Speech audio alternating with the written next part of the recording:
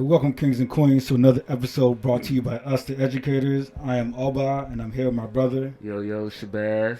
And we're bringing you another installment in our Contenders Series. This time, this is a late edition. We got the Phoenix Suns. And a lot of y'all saying they're like, late edition? Like, yes, before this trade that occurred, we had no intention of putting the Phoenix Suns on there. You understand? They're not true contenders. Never were. Luka made it clear for everybody last year. Facts. And that's funny you said that because they went to the finals and lost to Giannis. But then after that, like you said last year, Luka got him out of there. And but the Suns, it was just so clear that Chris Paul is declining. Devin Booker is not that all-worldly talent like they like to say he is, but he's a good, great, elite scorer. Don't get me wrong. Definitely elite up scorer. there.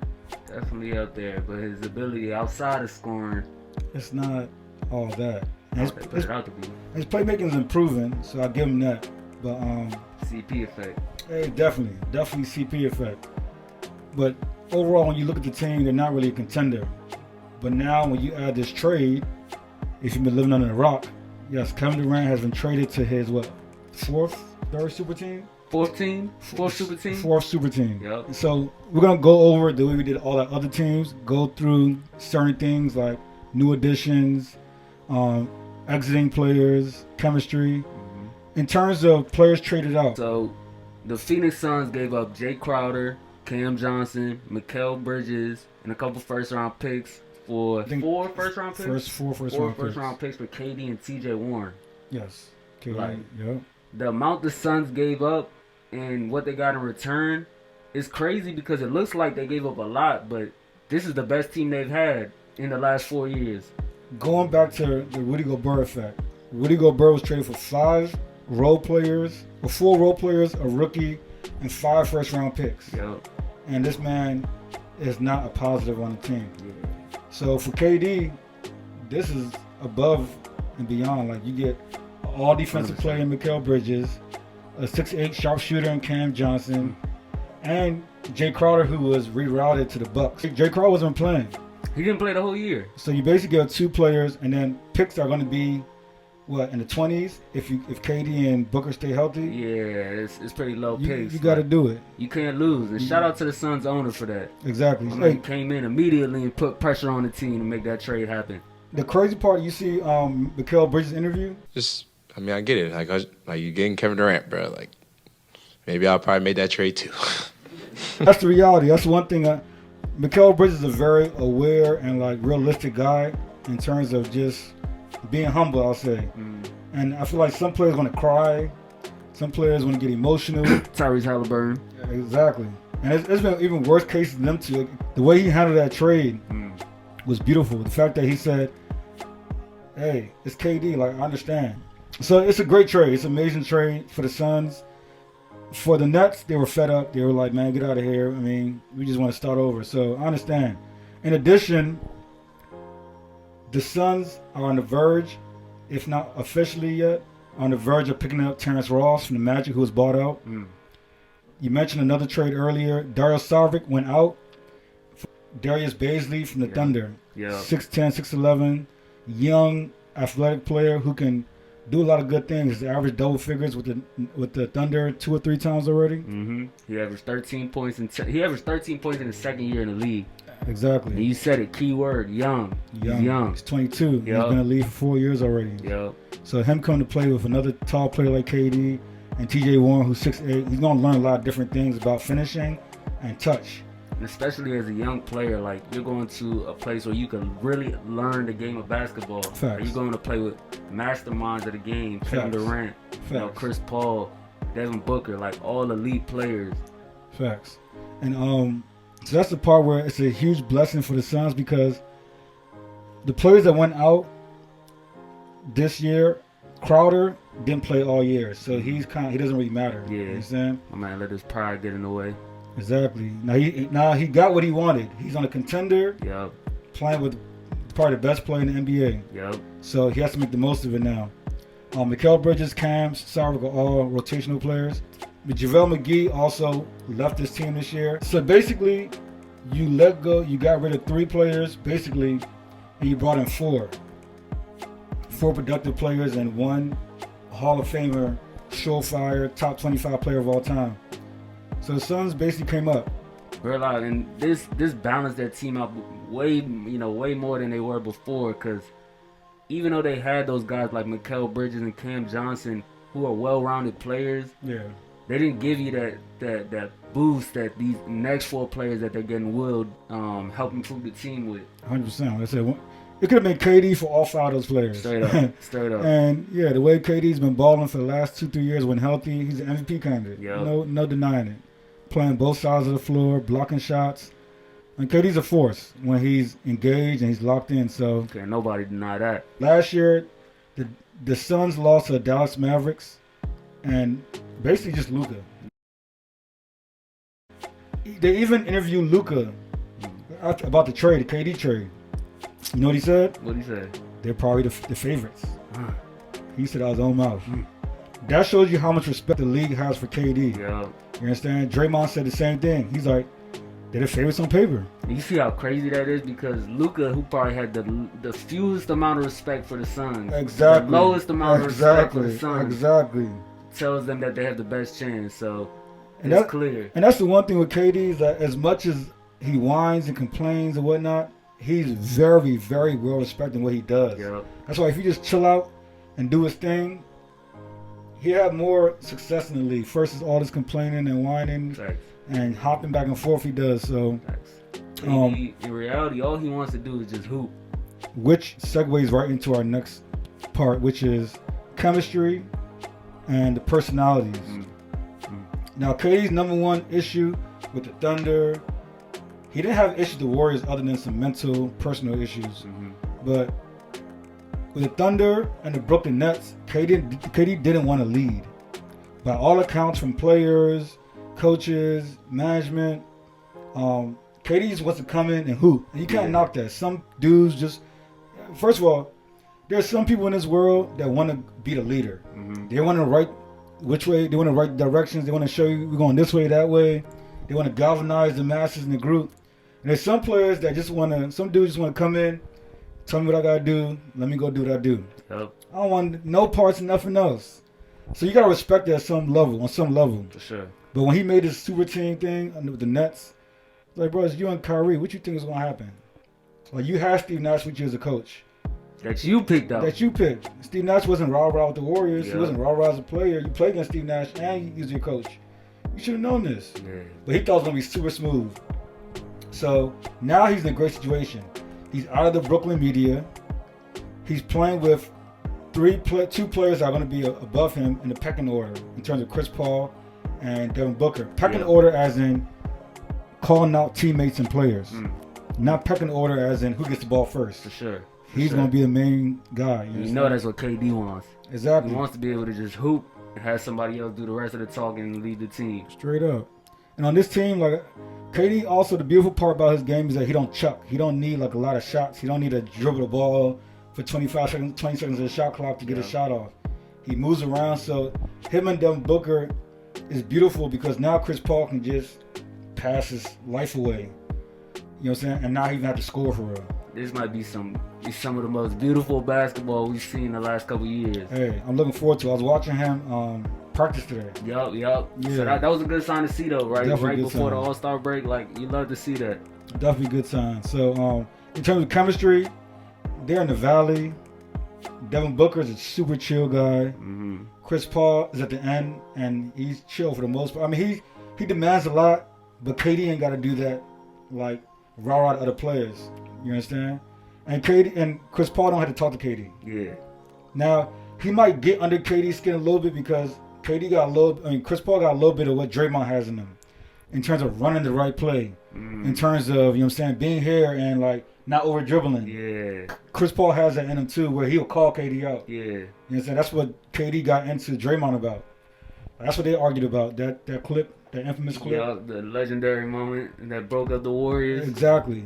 So because of that, I would say that could be the only thing that kind of triggers stuff on Ayton, Chris Paul, Monty Williams. It seems like everything's going well.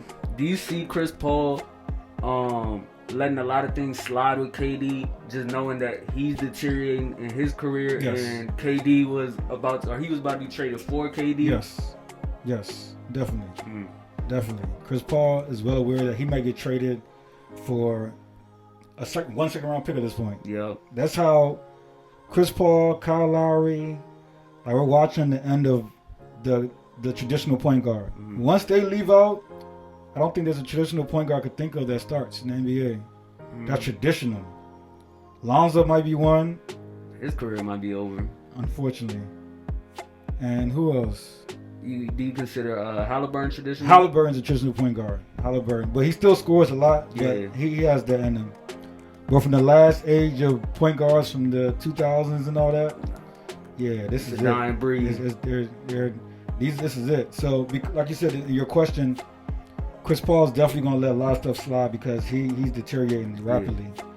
Every game to game, you just don't know what he's going to be able to do. So, in terms of chemistry, I think the chemistry is going to be good. Injuries. In terms of biggest hurdles, it's going to be the injuries. For sure. Right now, CP3 has missed a portion of the year. Devin Booker has the hamstring issue that kept Harden out. Yeah. That has my man Zion out again. We aggravated it. And then KD has an injury, which he's rehabilitating from. How wild is that, though? Your three most important players are your three most uncertain players. But it's crazy. That's going to be the theme for this team because in order for them to succeed, everything has to be perfect. Like, not one of those three could be out in the playoffs. None. All three of them have to be fully healthy for them to go far in the playoffs. Exactly. Because if Devin Booker go down, now it's KD and diminishing Chris Paul.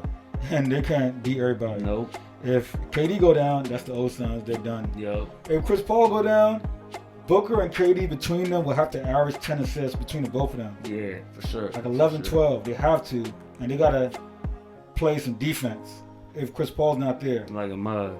That's one thing you trade away with Mikal Bridges. Yes. A very big piece. Yeah, so you got to hope that Darius Bazley, Josh Okogie can step up defensively. And other than that, there's no defenders on the team. And then Ayton's going to have to be defensive force. For sure, and he has to do better because that 0.7 blocks a year, Ayton, that's not going to cut it. That's stressful. That's not going to cut it, bro. Yeah, that's very stressful. Like, bro hasn't averaged a full block in the last 2 years. KD has averaged more blocks than Ayton. That's upsetting, bro. KD's not in the paint as much as him.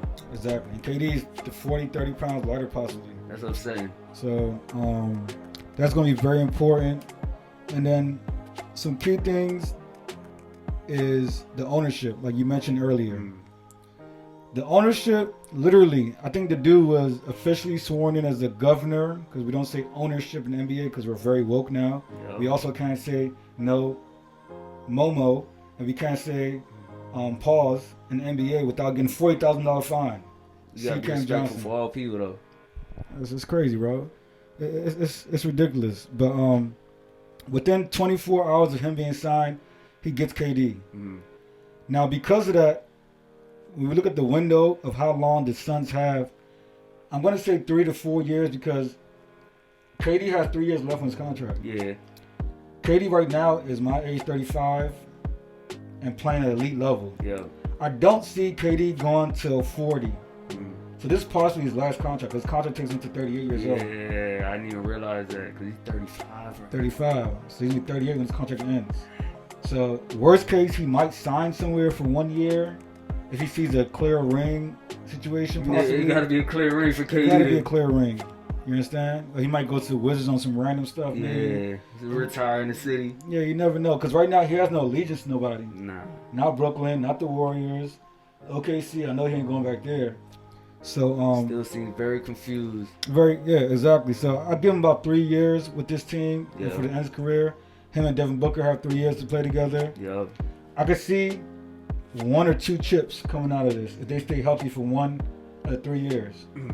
That's what it comes down to. Nah, real talk. If they stay healthy, honestly, I give them 1 ring because I can't trust them to stay healthy for 2. I could dig it. I could give them 1, and that 1, it would have to be this year, at least with this current roster, because I don't believe CP3 is going to be on this team too much longer. Well, perfect point, which goes into our other point, which is the owner is going so hard that there's already reports about Chris Paul signing. I mean, not Chris Paul. Kyrie signing with the Suns or the Lakers, because the whole organization is aware of Chris Paul's decline. Yeah.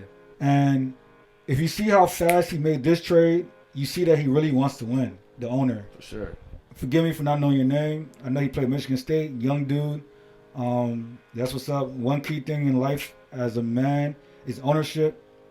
And this dude went from, he's from Detroit, played ball at Michigan State with Tom Izzo, and now is owning the NBA team. So that passion is there. Sure. So in these 3 years, he's going to get Kyrie if Kyrie decides that, like, I can come replace Chris Paul and boost his team up. Yeah.